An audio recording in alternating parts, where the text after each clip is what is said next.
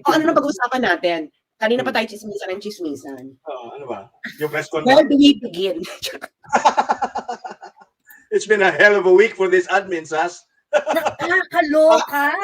Grabe yung itong linggong to, no? Joey, Oo. From Baste calling out Bongo, and then Senator Bato calling out Bongo, Inday Sara resigns, the June 17 incident in Ayungin, and then now this seemingly infantile Kasi reaction of a press nagbebenta ng conference. 29 pesos na palumang bigas. 29 pesos na palumang bigas. Nakalimutan kita kuna ng reaction dun, Sas. Nabasa mo na ba yun? Yung magbebenta sila, yung DA, before tayo magpunta dun sa press con ni Bersamin, yung DA, magbebenta, meron silang programa, Bigas 29, yung title ng program. So the idea is, ibebenta sa mga kadiwa yung presyo ng bigas dun sa mga individuals na usually nakakatanggap ng mga ayuda kasi sila lang yung qualified bumili. So hindi po pwedeng bumili dito si hindi po pwedeng bumili dito si Kuyang EB. Ayan. At mga alta, ganyan. So the beneficiary of 4Ps and other ayuda programs of the government would instantly qualify to buy up to 10 kilos a month nung 29 kilo na bigas. Yan, ang sabi ng dito, ang sabi ng DA, itong bigas na to, mga paluma ng bigas. So usually, nung una sinabi nila mga 6 months na raw na nasa warehouse, ganyan-ganyan. Tapos, I-post natin yung balita. Ha? I-post natin yung balita para makita ng ating mga kababayan. Di ba na-post mo yan, Joey, no? Ayan, teka lang ha. So ngayon, ayun na nga, no, ano to? Galing. Bakit meron akong picture na nakatag sa akin? Ay, wait. Ano yan? Parang article yan ni sino yung Indiano nga? Sino yun? Ni James Kumar. Oo. James Kumar. Oo. Ayan. Bakit tinagak? Ayan, so anyway, ito yon. Ayan, so yan yung bigas 29. So bebenta nila yan 29 pesos per kilo. Ngayon, nasabi ng DA, hindi naman yan masyadong luma. Noong una sabi nila 6 months eh. Pwes binawi nila, sabi nila kasi pagka tinatawag naming luma ang bigas kapag 3 months na siya sa warehouse. Ganun. Luma na daw.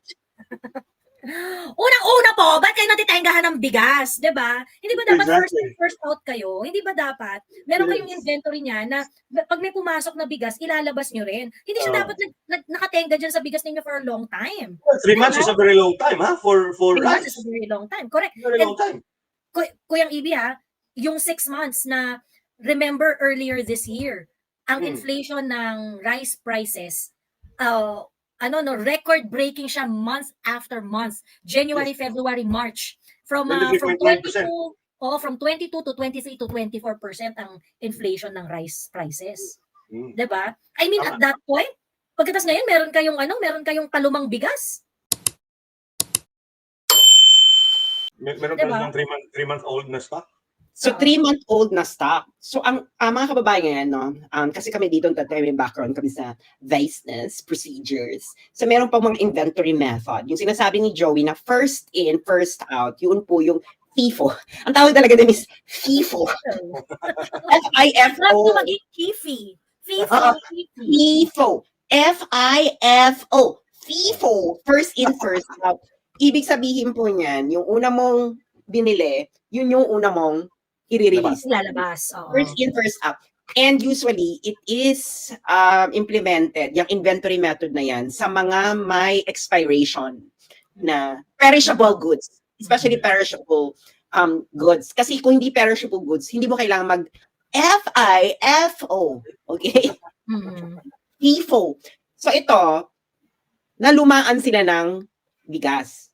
Hindi nila ito ni-release. So ibig sabihin, hinord. So, sinong nakinabang sa pag-hoard ng bigas na to? Correct. Sino po? Bigyan nyo naman kami ng clue! Yung hanap kung sino ang hoarder, putang na nasa gobyerno pala sila lahat.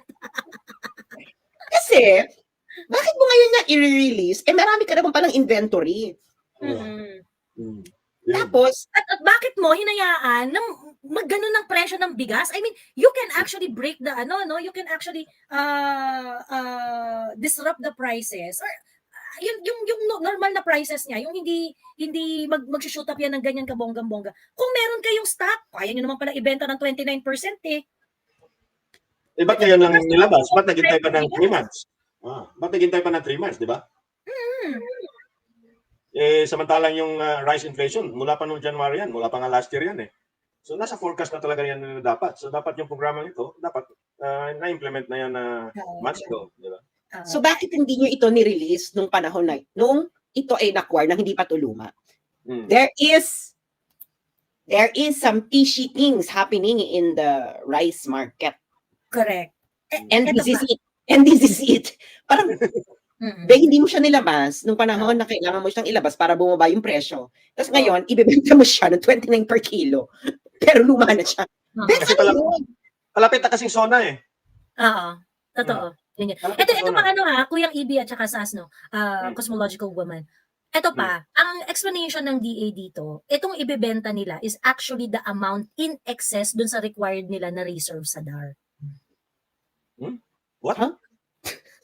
Yung, di ba meron silang buffer stock? Buffer stock, Meron yes. silang buffer stock. So sabi nila, itong i-release daw na ito daw yung sobra sa buffer stock.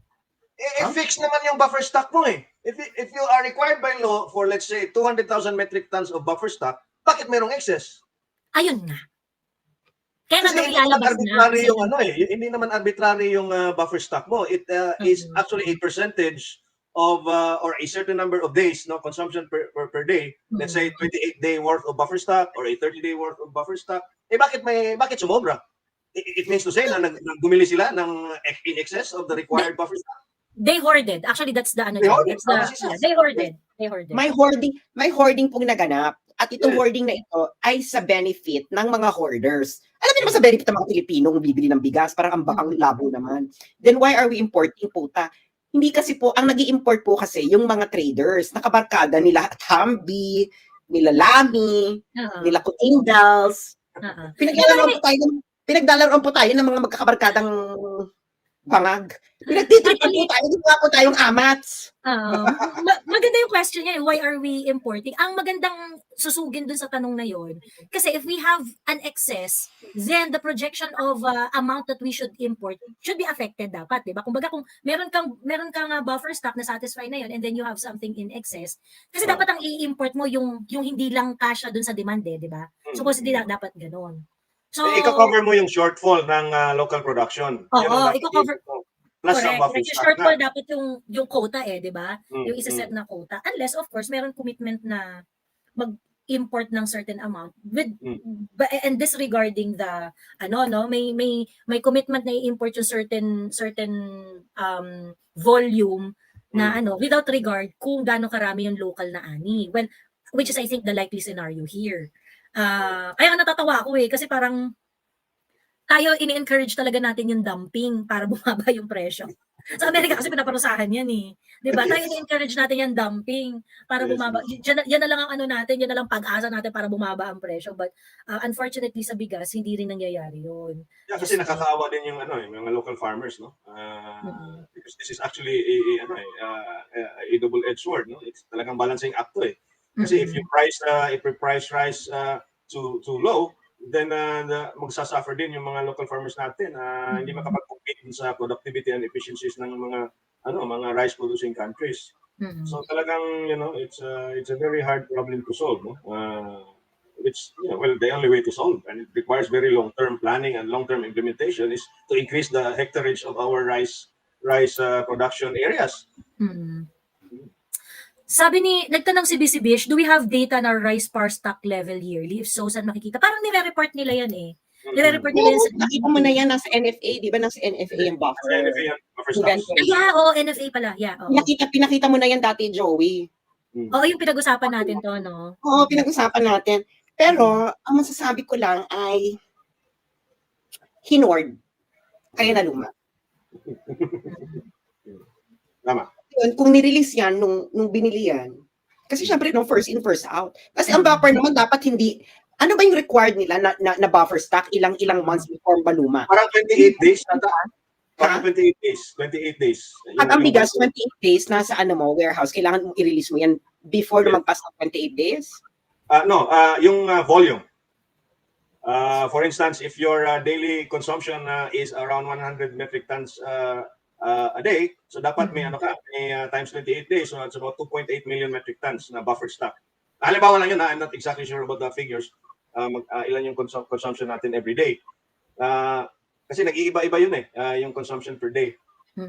So it's worth 28 days, no? So kung ilang kilo yan, you have to multiply that by the average consumption of the whole country per day. So yun na ang buffer stock na dapat nandun sa mga warehouses nila at any given time. At any given time yun, no? So ibig sabihin, kasi if yung buffer stock na yun ay hindi mo yan ginagalaw, yun na nga, kasi nga, di ba, minsan, there were times na talagang nag-hoard talaga, is either the NFA or yung kung sino-sinong ahensya dyan, na halimbawa, may mga kalamidad, no, na dumating. Yung mga rice na pang-aid nila, talagang nasisira na, yung may mga, Pero Kuya EB, you know, I think ito yung, dito papunta si Sas kanina, yung, kapag kunwari may buffer, it doesn't mean na patutulugin mo yung stock. yes. Diba? It doesn't, if first in, first out mo yon, pero you maintain certain buffer level. 30 days. So, ibig sabihin, you still first in, first out, pero you keep on replenishing it. Yes, First- you just keep the level of ano. Oo, kailangan kahit Fresh. nagre-release ka sa market, you refresh it na meron kang at least 30 days. Mm. So hindi yung, okay, meron kaming at least 30 days dito na binili namin last year. We'll keep it for 1 year. Bakla hindi ganun yun. Just man. Kasi perishable ano to. Perishable good. Di ba? Parang, ito naman, parang hindi kayo mga mapipili ni ina. Di ba? Naranasan niyo bang mag-stock ng mga dilata or ng mga what's this, mga noodles? Even noodles. Or actually eggs. Eggs yung pinakamagandang ano. Kasi ang eggs, gusto mo parati kanyang meron diyang stock, no? Lalo. So ang ginagawa mo, pag gusto mo, meron kang at least for a week. So ang ginagawa mo, bibili ka ng eggs. Ang eggs kasi, pag nasa fridge siya, 2 weeks, di ba? 2 weeks, yes. So habang nagluluto ka, binapalitan mo siya. Pinapalitan mo yung niluluto mo so that you will have a stock ng itlog. Pero hindi ibig sabihin na ilalagay mo doon yung itlog for 2 weeks. Oo. You replenish. Dapat nire-replenish mo siya. Ilalabas mo siya, pero yung nilabas mo, kailangan bibili ka uli. Replenish. Ganon. Parang meron kang constant supply for at least 9 years. Hindi mo yung panunumain mo pa sa dyan, Di Bex. ba? Oo. Walang ganun. Actually, alam ko na magandang example. Medicine. Kasi ako meron akong stock ng medicine meron ako yan. So pag kailangan meron talaga akong parati niyang for 30 days. Especially yung mga necessities, yung Tylenol, antihistamine. Yes. Yun lang, Tylenol and antihistamine. Yes. Para saka aspirin, no? Kung sakali man na bigla kong, wag naman sana, bigla akong magkaroon ng heart attack na wala naman akong you need all those things, di ba? Ayaw ka pa naman sa Romania, Sas, so walang problema. Yeah, ganun mga necessities, di ba? You replenish it. Kasi may expiration date yun eh. So kailangan titingnan mo, okay, pero kailangan meron akong constants. Pero bakla naman, bakit kailangan mo siyang palumain bago ka mag-repair? Tapos yung una 6 months, tapos binawi, ginawang 3 months. So, kanino tayo maniniwala no? Sa una na 6 months or yung ni-revise nila na 3 months old lang pala yan? Well, actually, meron ng merong insights, meron akong breaking insights na may nag-send sa akin ng message. Magandang angulo to, interesting. Kasi sabi, baka raw yung mga yon, yung more than 3 months daw kasi, masasubject na raw siya for condemnation ng mga sa mga custom warehouses. So baka mamaya, this is their way to get around the rules and to para hindi mawala, alam mo yon, para nag-hoard sila. Parang ganito yung yung take ko dun sa angulo na yon. Nag-hoard sila. Kaso ngayon, since nag-hoard sila, malapit na sila ma-find out. So instead of sige, ibibigay na lang natin to, bebenta at 29. Ganon. Kasi since nagamit mo na siya in order to boost the, to raise the prices of bigas kasi nag-hoard ka, so kumita ka na doon sa increase, di ba? Kumita ka na doon sa increase ng bigas, ng presyo. Ngayon, since papaluma na siya at maaari na siya maging subject ng condemnation, magbabait-baitan ka na, bibigay mo na siya at 29. Kita ka pa rin. Pero Beck, sabi nila, 3-month-old itong mga bigas na to? Lampas 3 months, yes. Beck, ang buffer stock for 30 days. Maximum, kailangan may 30 days ka. Oo. Pero kanino ba yan? Sa DA ba yan? Or sa NFA? Or sa wholesalers or importers? Sa DA, yung bigas 99. Bigas 29. DA yung nag-i-implement ng program na yon. Pero saan yung Um, stock? Kasi yung buffer stock nasa NFA warehouses yan eh. Saka Yung yung stock NFA manggagaling warehouses, sa NFA. yes, kasi bonded warehouse yan. Yung mga NFA warehouses, no? Every time may pumasok dyan, nakalagin yan sa... Kasi pumapasok yan dito, tax and duty O free. yung acquired inventory nila, di ba? Yung Ang labo naman, Ibi at Joey. Ang requirement, kailangan may buffer stock ka for at least 30 days. Mm. Tapos yung bigas na to, 3-month-old or 6-month-old. Sabihin na natin 3-month-old, bigay na natin yan. Ang required buffer mo at least 30 days. Tapos meron kang bigas na nakatenga dyan ng more than 30 days. At etong tingin ko dyan, Sas, wala talagang excess. Pinaglumaan to ng mga hoarder. Orders, yes, tama. Tapos pinadaan na lang doon. Sige, ibigas 29 natin. Kasi mare-reject na rin. So, kaysa naman. No, Sasa, wait. Hindi yan. Meron talagang buffer stock. Pero itong pinamimigay nila or binibenta nila for 29, di ba, Joey, is the excess of the current buffer stock. Oo. So it means nga na you hoarded or you kept a certain volume na excess doon sa required buffer stock mo na worth 30 days. So talagang They are releasing the stock of the private hoarders. Huwag tayo maingay, Ibi, kasi malalaman nila na alam natin. Kasi, ang required sa buffer ng gobyerno, kailangan at least 30 days. Ngayon, logically, pag more than 30 days na yung bigas, kailangan mo i-release yan. Kasi nga, maluluma. Pero ito, more than 3 months. tapos excess pa. Excess pa. Pero excess sa buffer stock na 30 days. Maingay. May excess. Ayun. If you're going to notice, before, kapag ka merong mga sobra na medyo majujonda ng stock, ang ginagawa, dinodonate na lang. Yes. Yun daw yung practice before, Yes, yun ang practice. nung panahon ni PRRD. Yun ang practice nga eh. Pero tibibenta 29 pesos. 29 pesos. Pero Kasi excess yan, maluwag, hindi ito stock ng NFA. So, kahit may mangyaring bentahan ng 29 kilo bigas, meron pa rin tayong buffer stock. Hindi na sasacrifice yung buffer stock. Kasi excess lang yan. Excess lang.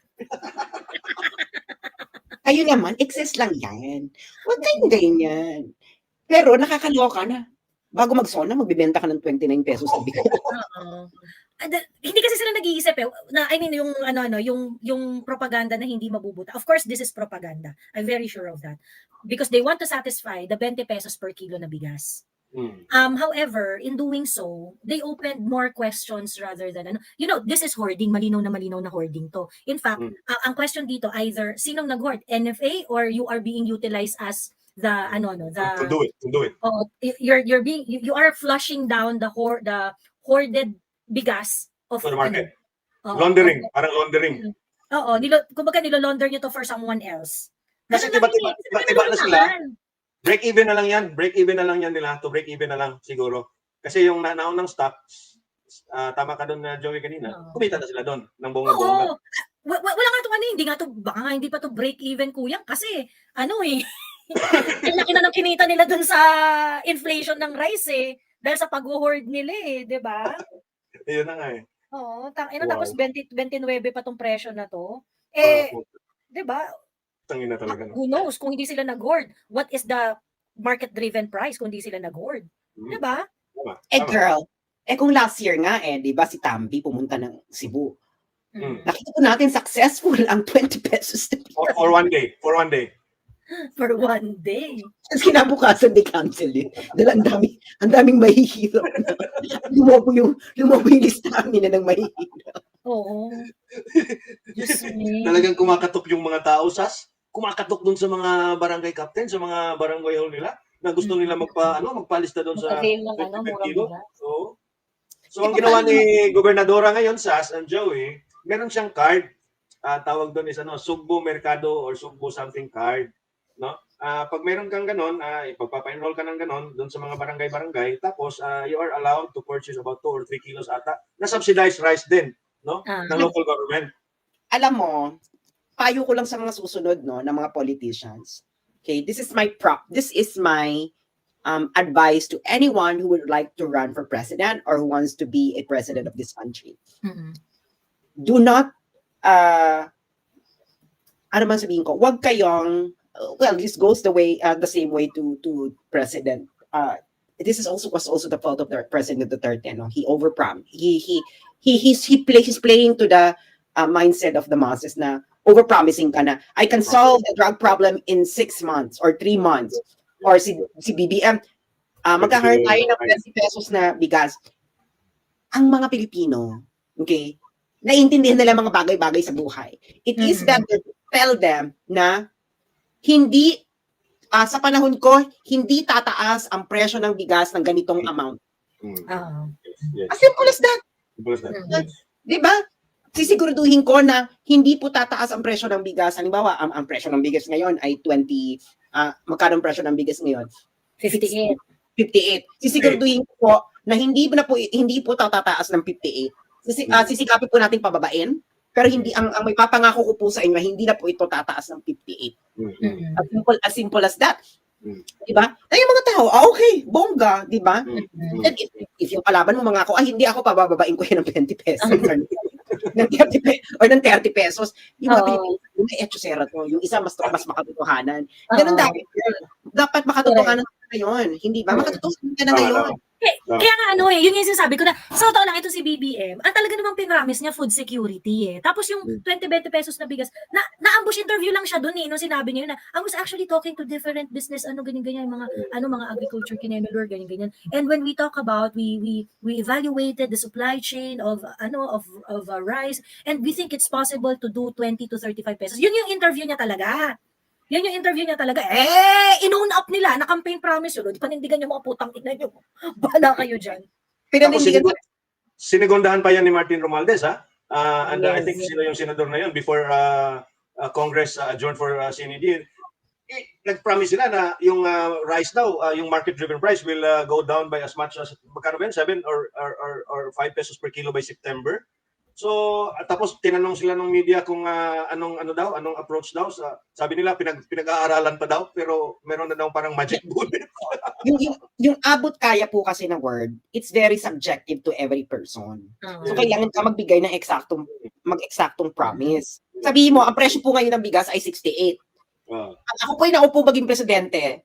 Hindi na po hindi sisikapin kung hindi na yan tataas ng 68 at gagawin ko lahat para mapababayan ng 68. So, may benchmark ka. Diba? May benchmark ka. Na, ngayon, I'm pretty sure, no, that we have really, really brilliant economists who can fulfill the promise because it's easier to maintain a certain price, no, and don't let it fluctuate higher than that. Kaysa naman, papababain ko po yun. Ang bonggang-bongga. You are going against the law of economics, no? Yes. May mga bagay kasi na dapat na maging there must be some truth in advertisement, no? At yung mga Pilipino, kasi it's better to underpromise than to overpromise. Yun it's better to underpromise than to overpromise. Kasi kung mo nasa debate ka, sasabihin mo, itong mga katunggali ko, nag-overpromise po sila. Ako, realistic lang ako, itong kaya nating ma-achieve, mamili kayo, yung pinapangako sa inyo, yung pangako ng lasing, or pangako ng makatotohanan. It's so easy to make other candidates look bad for their promises. Kasi nga, ilang beses na po tayo nabudol ng overpromise, di ba? Ilang beses tayo nabudol ng stars and moon, di ba? Dito lang tayo sa sapat lang. Mamili po kayo, yung mga manliligaw yung pinangakuan kayo ng ganito, yung manliligaw yung nagbigay lang ng pangakong sapat lang. Ganon. Huwag na kayo mag-overpromise. Madam Inday, listen, Madam Inday, do not overpromise. Learn from the mistakes of the past presidents. Actually, si GM wala siyang pinramis. Parang wala atang pinramis si GM. Aminin nyo, parang wala siya. Ang ano lang niya is analyze lang niya yung fiscal reforms and yung mga free trade agreements natin noon na inumpisa na. In fact, I actually would even go as much further as crediting her for the opening of the Chinese economy to the Philippine products. No? Si JMA. May breaking live kasi si Mother D, si Inang. Tapos parang meron siyang na ginugurgur si Attorney Vic daw. What do you mean? Meron daw parang suspicious client na nagpunta sa kanya. And, Tapos parang tanong daw ng tanong doon sa law firm kung nasan yung mga whereabouts ni Attorney Vic, nasaan, kineme. ganun din naman ang ginawa sa akin. May nagkunwaring media. Oo. Tapos tinatanong yung nanay ko nasaan daw ako, ano daw phone number ko. Oo. Ayun. Ano raw address ko at phone number. Sabi ng nanay, ay ng China nandun. Oo. Ayun. Ano na pinag-uusapan natin dito? So, yan ang moral ng politika natin. Huwag po kayo mag-overpromise. Oo. Kailangan, real talk lang sa mga Pilipino. Dapat real talk lang. Real talk tayo, Sas. Doon sa real talk ni Baste at saka ni Bato. Kay Senator Bongo. Ano yan? I-flash nyo nga yung real talk na yan. Ano ba yan? Ito nga yung kagabi, yung tawag dito yung tinawag ni Bato na pusi si Baste. No, tinawag ni Baste na pusi. Oo. Yun. Ito. Ayan.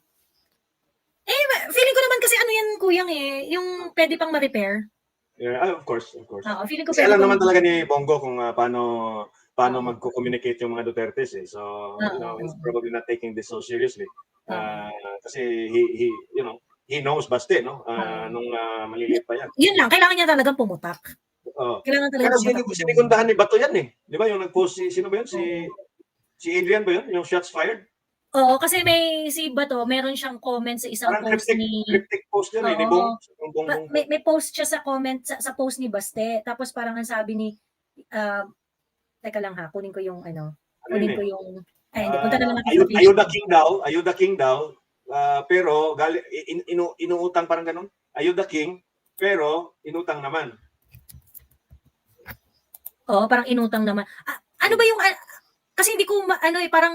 Bisaya yun eh. Bisaya yung pagkakasabi eh. Bisaya yun eh. Nasa mo yun? Ito. Ayuda King, why hubas-hubas, murag dili inutang. Ayuda King, ano ba yung walang humpay. Why hubas-hubas? Walang humpay. So ibig sabihin walang humpay na ayuda na galing sa utang, no? Oo. So sabihin, anyway, utang of the country. Ayun. Pero I really hope na kumbaga parang na ma-repair rin siya eventually. Sana ma-repair. Nag-post si Bongo kasi may mga nag-circulate daw sa TikTok na namatay nga si PRRD. Tapos parang nag-post si Bongo with the PRRD. Parang proof of life post ni Bongo yun with PRRD. Yun nga, kaya nga sumabat I think after nun saka nagsalita si nagsiselfie ka lang gamit yung tatay ko. Ayun. Grabe talaga yung Baste. Anyway, ayan. At iwan na natin yan at tingin ko yan ay madramang tagpo at yan ay depende na sa kanila, bahala sila dyan. Ano nila. Walang pakialam dyan. To be honest. To be honest, yes.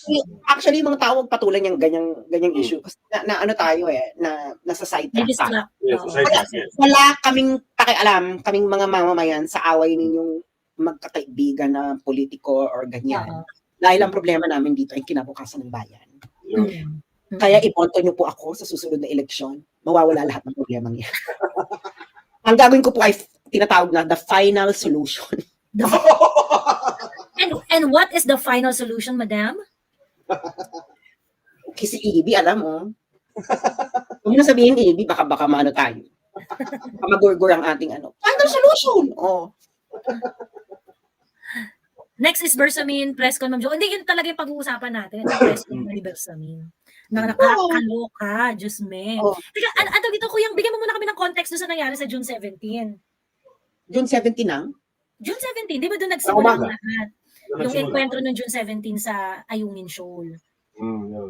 So sabi ng report sa GMA, hindi naman talaga hindi umamin yung yung Navy or yung AFP, no. Sabi lang nila is nag-conduct ng resupply mission na nga. Hindi nila sinabi ng mga Philippine Navy personnel. Pero ayon doon sa report sa GMA news, ang sabi doon is it was kakaibang strategy ng pagre-resupply doon sa Ayungin using Philippine Navy, which means gray ships, which means it's being militarized na daw, no?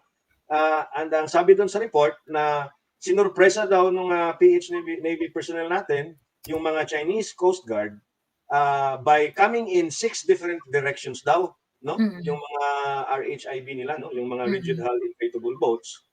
Tapos kaya yun na nga, parang nabigla yung mga Chino at hanggang sa nangyari na nga yung nangyari at may mga video na ngayon na lumabas dun sa dun sa mga nangyari yun, no?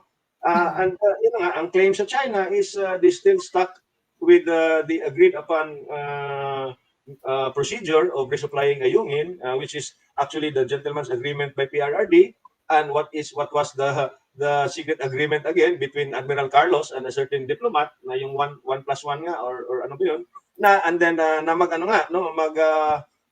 give notice to the Chinese Coast Guard way ahead, no? Na may parating nangyayari, no, sa araw na yun, no? And apparently, yun nga, sabi nga, yung claim nga is it was a surprise, no?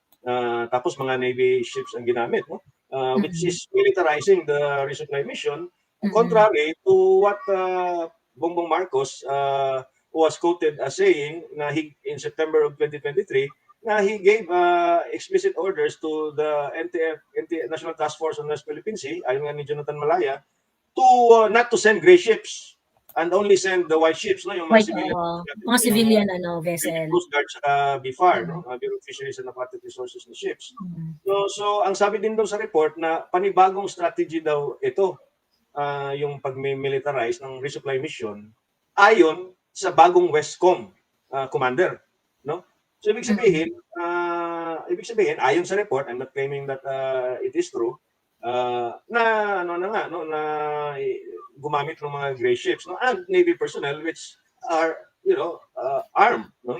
Although they were not carrying those firearms in their bodies, may bitbit talaga silang mga armas, no, na confiscate na nga sa mga Chinese Coast Guard, no? So yun na nga ang nangyari, may scuffle at naputol yung daliri ng isang tropa natin because naipit nga doon sa nag-collide na mga dalawang barko ng China at ng Pilipinas.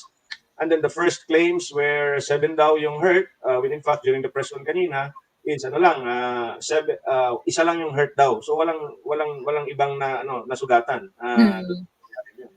And then surprisingly, instead of convening the National Security Council, ang kinonvene ni Marcos is yung National Maritime Council, which is headed by E.S. Bersamin nga, no, at saka yung isang retired general ata yun, no.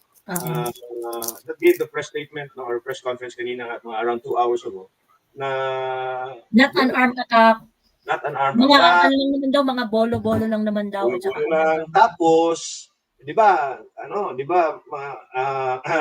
kung balikan natin yung mga statements ni Gibono na why do we need to inform the Chinese Coast Guard kung meron tayong resupply mission? Atin yan eh. We don't need na Dahil yung mga lutanyahan ni Gibo at ni Tariele, di ba? Ano nangyari ngayon? Ang sabi ni Bersamin, it was a misunderstanding kasi nga hindi nga na-inform yung China. So ang gagawin na lang daw nila ngayon, ipapublish na lang nila yung mga future schedules of activities. Ito sabi niya, ayaw nilang magpaalam sa China, pero ipapublish na lang nila. Ang ina.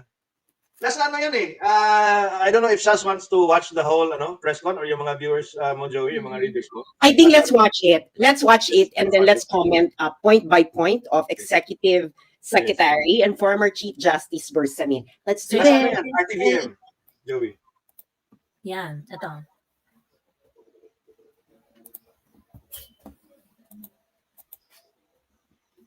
Wait lang. Ayan. Let's go. Chairman of the Maritime Council and Presidential Assistant on Maritime Concerns, Secretary Andres Centino. Good afternoon, E.S. Bersamin and Secretary Centino. Good afternoon, and thank you for this opportunity to speak to our people. Let me start with this statement. Good day to you all. Thank you very much for joining us in today's press conference.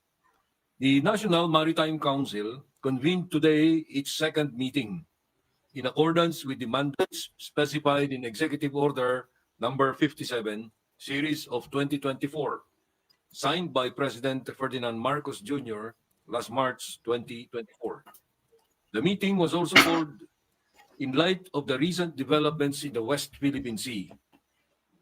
The executive order aims to strengthen the Philippines' maritime security and maritime domain awareness through the enhanced coordination of the National Maritime Council, the Presidential Office for Maritime Concerns, the National Maritime Center, and the National Task Force West Philippine Sea. As President Marcos Jr. stated in his keynote address at the Shangri-La Dialogue in Singapore, we must explore all means to protect our sovereign home to the last square inch, to the last square millimeter. Against the backdrop of continuing tensions in our maritime zones, we will not yield and we will not be deterred from fulfilling this duty. The maritime challenges of the Philippines do not only concern our defense and foreign affairs institutions. They also affect different sectors, such as agriculture, fisheries, environment, energy, local governance, transportation, and justice. Therefore, managing our maritime concerns requires effective cooperation among various government agencies. I hope that the National Maritime Council reflects this reality. The Council recognizes a peaceful, stable, and prosperous West Philippine Sea and South China Sea, which is still a distant reality. As a result of the meeting today, the Council agreed on policy recommendations for the President's consideration. Among these recommendations is the announcement of the rotation and reprovision missions to the BRP Sierra Madre in Ayungin Shoal, which shall remain routinary and will be scheduled regularly. Security challenges remain in our waters beyond the West Philippine Sea. Let us continue to anchor our policies and strategies on promoting the national interests of our maritime and archipelagic country. Maraming salamat. We're now opening the floor for questions. Ms. Marisa. Girl, nakamute ka. You want to react doon sa opening statement ni E.S. Bersamin? Hindi ko mag-gets. Parang, Bilang, we want a peaceful and prosperous Oo nga West eh. Philippine Sea and South China Sea. Bilang membro devout member ng simbahan ng tamang anti-China, ang tamang anti-China. E.S. Bersamin, mananahimik ka na lang ba habang binubuli tayo? Walang condemnation, Walang condemnation, ha? pinagagawa, no? Hindi, parang, Walang assertion Mhm. of our sovereign rights. Mhm. okay, tuloy. Mas gusto ko yung sagot niya sa questions. Pero bakit, sino naman kasama niya dyan? Sino yung General General yan, Centeno, retired retired General General Centeno. Andro C. Centeno. Sino yung isa? Ano lang to, facilitator lang ng presscon. Taga-PCO yan. PCO yan. Taga-PCO lang yan, itong lalaking to. Okay. Parang si Daphne Osenia, parang wala Okay, yung, imbis na si Okay. Daphne Osenia siya. tuloy. Ms. Umani from GMA. Good afternoon, sirs.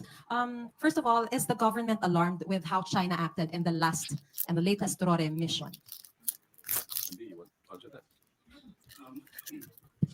Yes, the national leadership view this incidents with concern, and that's the reason why the National Maritime Council was convened this afternoon. This is the second instance that the National Maritime Council convened and came up with policy recommendations for the President's approval and consideration.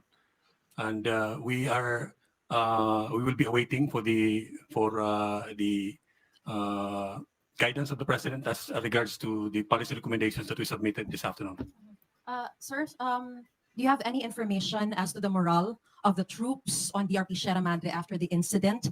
Is there any fear that Chinese troops will try to force Filipino soldiers out of BRP Sierra Madre? Because based on how they acted, it seems like they are capable of doing this. The Chief of Staff visited our troops in the Western Command and have seen how the status of the morale of our troops. He was able to talk with those who were sent to conduct the mission. While the mission did not go as planned, however, we saw that the morale of our troops are high, and we even made sure that those of our soldiers were recognized and acknowledged for their actions, their behavior in handling the incident that happened last Monday. And as to the Okay. second question, sir, is there a fear that the Chinese troops will try to force the Filipino soldiers out of BRP Sierra Madre because based on how they acted in the latest Rode mission, they seem to be capable of doing that? That is always a consideration, and we'll be prepared for that. Thank you, Maris. Next question, Stop, Julie Joey. Aurelio Joey, from Philippine Shall we Daily. comment? Shall we comment on that part? Sas, what's your take? My question is, I'd like to pose this to Sas. What's the significance of convening the National Maritime Council as opposed to the National Security, National Security Council Council. Yeah, that a good. or good- the very National good Task question. Force on the West Philippine Sea? Bakit yung National Maritime Council instead of Instead those? of the National Security Council. Bex, ang dami ng layers ng gobyernong to, no? Parang Mhm. ang hilig ng gobyerno kasi into sa layers. Halimbawa, may National Poverty Commission ka, tapos meron ka presidential advisor ang president. Meron ka presidential advisor on poverty alleviation. Ano ba yun? Hindi ba? So ito ang daming eksena. Kasi bago lang yung National Maritime Bago Council. lang, bago nga lang. Oh. And Yun yung bang scope? dyan, Ano bang spokesperson scope si yan? Marielle, di ba? Sa hindi, NTF doon siya sa task force. West Philippine. Task force siya. Oo, task Oh, So, force. yes, meron kang West Philippine Sea Task Force, meron kang National Maritime Council, at meron kang Ay, oo, iba pa. National Security Council. Girl, ang hilig ng gobyerno itong maggawa ng mga division. Mm-mm. Ang tanong dito, sabi kasi ni E.S. Bersamin, the goal of the National Maritime Council is for a peaceful and prosperous West Philippine Sea, South China Sea. So ang tanong ng mga taong bayan, ano bang ginawa ninyo para maging peaceful ito? Mm-mm. We haven't, kasi ano to, no, hindi ito po pwedeng, we release statement. No, there must be some actual empirical data on what you actually did. Ilan ang nakipag-meeting ba kayo sa counterpart ninyo sa China? Nagkaroon ba, ilang confidence building measures ang ginawa ninyo? Ilang high-level visits ang ginawa nyo, high-level talks with China since na ano yung National Maritime Council. But it seems to me, the recent event is proof that you're a failure. Pero, Di ba sabi niya, it didn't go as planned? Ang tanong, meron bang plan? Meron bang plan? So it's like SAP 44. It didn't go as planned. Didn't go as planned. What an excuse. Oh, Is that maganda even nga. an excuse? Ang maganda nga lang dito, no, dito sa nangyari sa Ewing Shoal, ay hindi ito nauwi sa shooting war. incident. Oo. Kasi pag nauwi ito kasi sa shooting war, mali yung Pilipinas talaga doon. Kasi Navy, I think yun, ano eh, matalino Yun ang lang rin yung mga, matalino yung Navy. matalino Matalino yung yung Navy. Kasi pag nag-ano sila, nag-start sila ng shooting war, silang kawawa kasi Navy versus civilian. Navy versus civilian, yes. Versus civilian. So, At ano so ngayon, Kaya So- tingin ko yung Navy na, ano, yung kinakabitan ng honor, hindi niya ano yun eh, hindi niya, I mean, he's not pleased. Alam niya kasi na parang talagang they were caught off guard there. Tapos, I really feel na binala sila sa kanyon. I don't think, alam mo yun, parang, yan, I think it's a SAF 44 operation. Alam mo yun? hindi, kasi nga, Hindi. ang nakakaloka niyan is, bakit, maybe it didn't go as planned. Ibig sabihin, ano ba yung plano nyo? Ano? Ano nga eh. ano ba yung plano nyo? Ano ba yung tinersinin yung scenarios na mangyayari? Ibig sabihin na it didn't go as planned. Maraming ibig sabihin yan eh. Una, you didn't have scenario planning. One. Diba? Number two, you know the different scenarios and you didn't prepare for each scenario. That's number two. Number three, nang it didn't go as planned, is you just relied on hope. Na, okay, we will do this and let's just hope for the best. Mm. Yun ang plan. Ano ba yung plan? Di ba? Di ba parang sa 44 yan eh. My God, naalala ko na gano'n sa Nika, no? Sabi ko, nag-discuss ako sa Nika ng 2022. It's really about thinking thinking security in terms of space and time. Oh, di ba?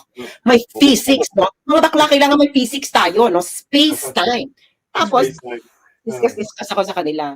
Tapos, sabi ko sa kanila, pinakita ko yung mapa ng Mama Sapa, no?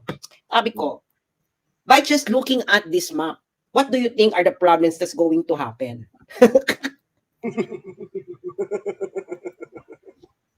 Oh, nakita niyo ba yung mapa ng Mama Sapa, no? Mag-project ka nga, girl, para meron tayong dito, meron tayong lesson for today of thinking security in terms of space-time. Ayan. Ayan po yung lesson sa akin for tonight. Okay. No?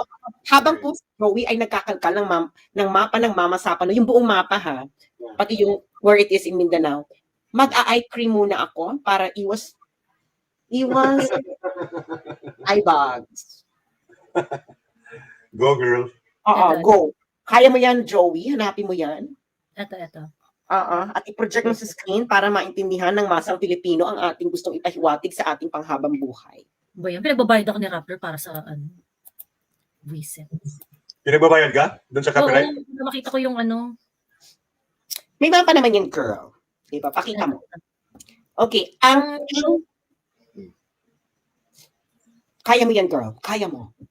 Teka. May mapa sa Inquirer kasi lang parang masyadong animated, masyadong Hindi yung mapa lang na Mindanao and where is Mama Sapa, no? Ganun lang.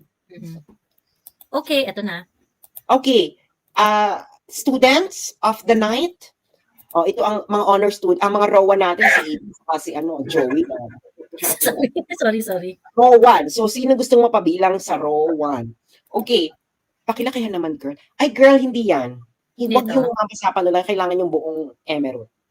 Sige. Naku, ililipat ko ng rotary to si... Ang bagal ba?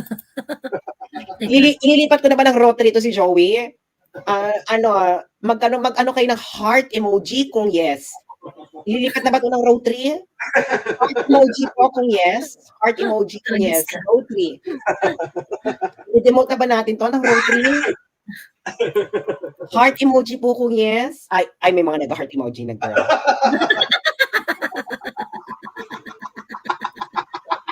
Bakit kayo baban ko kayo? Ang dami. Ay, ayan na, oh. Ito Ay, Diyos ko dahil si Aroban. Okay. Ayan, okay na yan. Okay, kids. Thinking security in terms of space and time. According to physics, no, you cannot change time. You can only change time by bending space. So, ibig sabihin, if you want to affect time, you have to make sure that you can manipulate space. Now, looking at this, mga kababayan, isang tingin nyo lang sa mapa, anong problema ang inyo kagad makikita? Ay, maraming raw for dito. Sino makakapagsalita? What problems can you foresee? And how will you avoid it? Or, what is it avoidable the problem at all? Di ba? Planning tayo eh. Oh. Sabi ni Mark Balinang, napapaliwanagan ng kalaban. Close terrain. Correct. Ay, ilalagay sila ng kalaban. Ilalagay ko si Restituto Abuan sa row 1. Row 1. Promoter ka na, Mark. Very good. Ayan, ako nasipa na rotary ako. Ipapalit ko kay Joey. Ilagay mo i-project mo nga si Restituto Abuan 10:10 PM. Ay, bongga pa yung angel number 10:10. Restituto Abuan. Diba? Pangalan ba yung tatay ko? Restituto. Okay. Second question, no? Ano ang problema sa closed terrain? Ayan. Diba? Anong problema sa closed terrain? Ito naman, mga naglalaro. Wala kang way out. Oo, no way to run. Kasi Mary Francis, nakorowan na rin ito, Joey. Mary Francis Oy. Saan ang escape route? Mary Francis. Ano ko makita? Saan si Mary Francis? Si Maricar, hindi si Maricar nanonood. Si Maricar, row 69 to. Hi, Tintay. No exit, dead end. Ngayon, bago ka palang mag-launch ng operation, alam mo na mangyayari, di ba? Itutuloy mo ba yung operation? Yes. Hindi, No. danger yung tao mo. No, because pag gumagawa ka ng military operation, you should already plan for an exit strategy. Now, anong exit strategy mo dito, Bex? Bakla, di ba ang gusto nila i-secret yung operation? Kaya nga hindi nila in-announce, kaya nga hindi nila pinaalam sa marami. Kasi you want secrecy. But kaya hindi sila nag-prepare ng supply line, etc. Siyempre, pag mag-prepare ka ng supply line, Joey, malalaman to ng kalaban mo, di ba? Kasi nga, pag nag-prepare ka ng supply line. Ngayon, hindi sila prepare ng supply line, so they went ahead. So, was the massacre inevitable? Just by looking at this map. Well, yes, no, and in fact, if I may add, Sas and Joey, no, there was also failure of intelligence, no. Kasi yung mga operations na ganyan, you have to have a situational awareness dun sa terrain, not just the terrain or sa location, but yung terrain, no, and the associated intelligence ng pupuntahan mo at sa salakayin mo. And in this case, there was a failure of intelligence kasi hindi nga nila na-foresee na overwhelming yung force ng kalaban. And then they were also placed in a lower elevation than the enemies, which made them sitting ducks.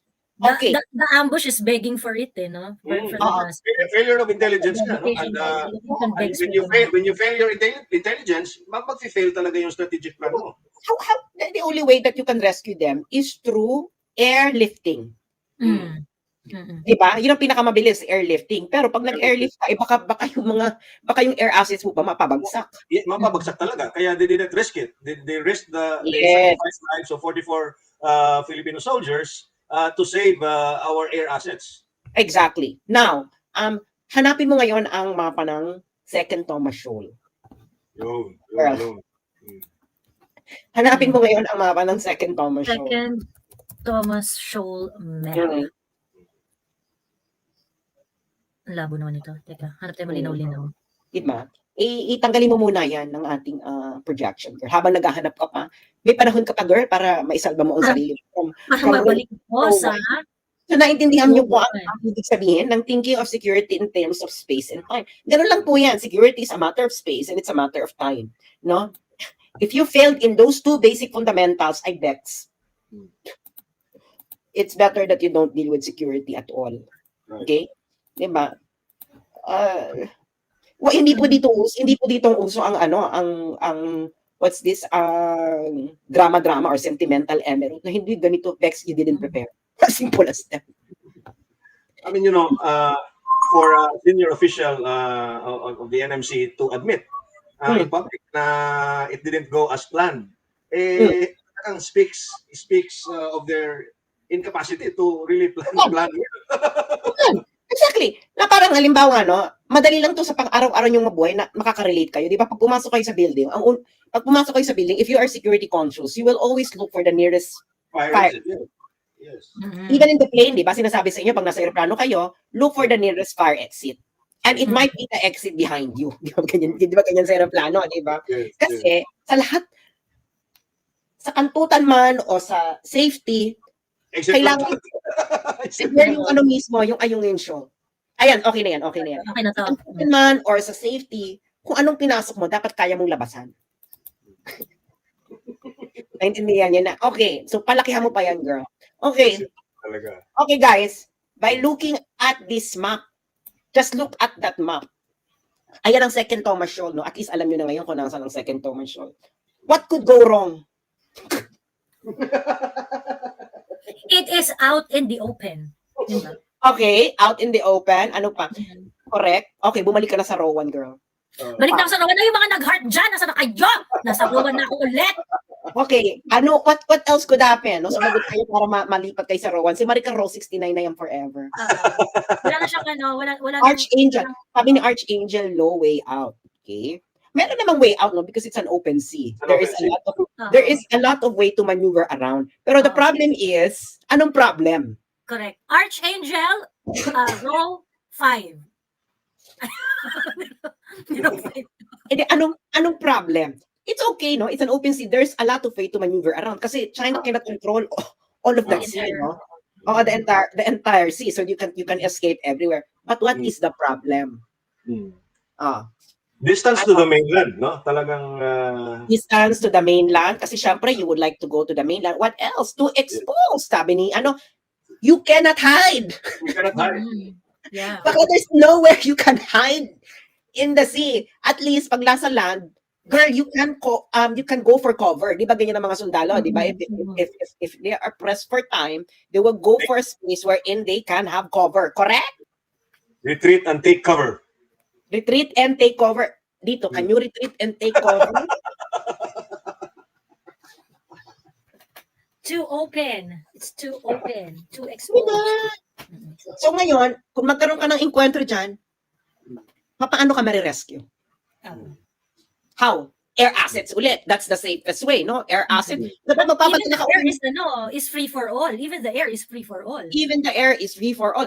Eh di ba, padala din sila ng air asset. Eh, pwede rin pabagsakin yung air asset mo, no? Diyos mio. Hindi mo naman makarga buong barko using one air asset. So, So, the minimum you can do is send provisions and airdrop it into your... ito rin si Rico Sanyo, ilalagay ko rin sa Rowan. No backup. Of course. Why is it hard to have a backup here? Why? Is it easy to have a supply line in the sea? Is it even possible? No. Yes, if you have Impossible. Impossible have- because it's a fixed supply line. yeah. So it's hard. O sabi ni Ratin Coffee knows. Diba ganun lang kasimple yan, guys, no? It's all a matter of space and it's all a matter of time. Now, if you cannot control time. Time passes by, no? You are pressed for time, so you have to control space. So the last question, ito ay sana maraming mali pa sa Rowan. Can you control space here? Is it can you control space? A sea space? No. How do you control sea space here? You must have better what? Better sea assets, no? Correct. Better sea assets. CEB talaga. We don't have that. You should have better sea asset. Now, who has the better sea asset? It's the United States. But do you think the United States would give their sea assets here?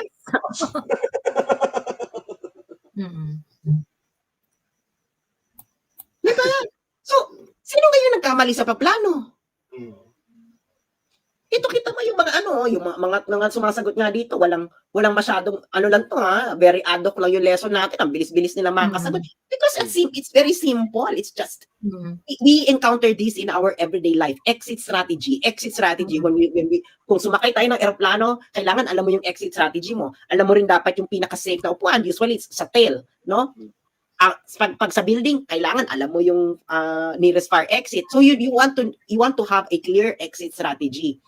So balik ngayon tayo dun sa hanash ng Keme. Sabi ni Sus, ba't hindi po kayo nag-attend sa Maisog press conference? Dahil wala po ko sa Pilipinas. Oo. Yung nagsasuggest ng submarine, wala na tayong ganun, di ba? Part ng asset problem. Paano ka nga magsasubmarine? Eh, nasa ibabaw yung labanan. Paano ka bababa sa ilalim? Paano yun? Para ka makasakay sa submarine, aangat muna yung submarine. Hindi naman siya pwedeng umangat dun sa malapit na dun sa feature. Oo. Hindi ka po pwede. Dahil ang submarine, meron lang itong mga deck na pwede siyang Pwede siyang magstay. magstay. Ano ba? Dex, ito ay malapit sa shoal. So, hindi pa rin siya wise. Shallow water, yes. Hindi Shallow pa rin siya water wise po. sa backup. I think baka minention nila yun for the backup eh. Hindi pa rin siya wise maging backup kasi malayo pa rin siya dun sa ano eh. Hindi lang malayo, this is shallow waters. Kaya nga, di ba, na-stuck ang PRP Sierra Madre? Because Shoal it's nga. shallow. Kaya nakita mo, ang ating Navy at ang Coast Guard, anong gamit nilang bangka? Ang gamit nila rubber boats. Kasi nga, shallow waters. Yes. Ang mothership na hindi makapag hindi makalapit kasi mababaw yung tubig. So, Di ba? So it is shallow waters. Hindi ka pa pwede magkaroon ng submarine dyan, Pets. So, okay, tuloy na natin ang press conference. Very good kayo, mga students. Oh, ayan na. Yung mga nag-participate from row 1 to row 69, palakpakan may pastar tayo. ba? May pastar ka ba, Sas? May pastar ba? May mga pa-star tayo. Kukunin natin sa US flag. Maraming mga star yung US flag, no? So, Ayan. diba? Okay, tuloy na natin ang press conference ng Japan. Sagot sa kahirapan. Ayan, teka. Ayan. Okay. No, sirs. This question may be answered by either the executive secretary or the presidential assistant. May we get, or may we know how President Marcos reacted upon hearing of the news that the Chinese Coast Guard boarded the Philippine Navy vessel? How was his demeanor? Was he angry? How did he spoke about it? Well, the president has always been composed, and immediately he Wow. asked the concerned cabinet secretaries to discuss the matter with him. And that's also the imprimatur why we had this National Maritime Council convened today. Okay, Wow. He boss. issued any preliminary instructions that Okay. the public may. Okay. So you didn't even call the Chinese ambassador? Probably not. Probably not. Meron ba balita na he actually summoned the Chinese ambassador to the Philippines? No. He didn't even issue a statement. Wale. Okay, continue. Ang sabi lang doon is he was, ano ba yun? Calm and collected ba yun? Or he maintained his composure? Basta yung nangyari is a concern. Hindi raw sila na-alarma. Hindi sila na-alarm. So this reminds us of the question of Duterte to Grace Poe. Okay, please find the question of Duterte to Grace Poe during the presidential 2016 presidential campaign. Panoorin niyo yung sagot ni Grace Poe and compared what Bongbong Marcos did. Hanapin mo, girl, Joey, para lalo kang mapirmes para lalo kang sa Rowan. Kailangan natin ng historical references. Dahil, teacher, naging teacher ako, mga teacher, ang memory ng mga teacher, Bex. So if it took, kasi sabi niya, kinonvene lang yung NMC, presumably kanina lang. Tapos sabi niya na calm and collected and composed naman si BBM. So ibig sabihin, na-inform ka agad si BBM during the incident or just recently? Ngayong araw lang na to, 3 days later. Kasi sabi nga niya, ngayon lang sila pinatawag at or kanina lang ata sila pinatawag at pina-convene. So ibig sabihin, he was left in the dark for 1 or 2 days, si BBM, with no appreciation of what really happened on June 17. So The greater question dyan, EB and Joey, is we don't have monitoring assets. Yung di ba meron yang sa command center, and if there's an operation like that, you would have a live account of what's going on the operation. I think meron ganun. I think meron ganun. the war room. The war room. I think we had that, no? I think we have that kasi yung alam ko yung mga sapa no meron ganun eh. So walang ganun. Parang wala. Okay, let's play it. Teka, hindi ko makita. Ito naman si Question. Joey. Ililipat ulit kita ng rotary.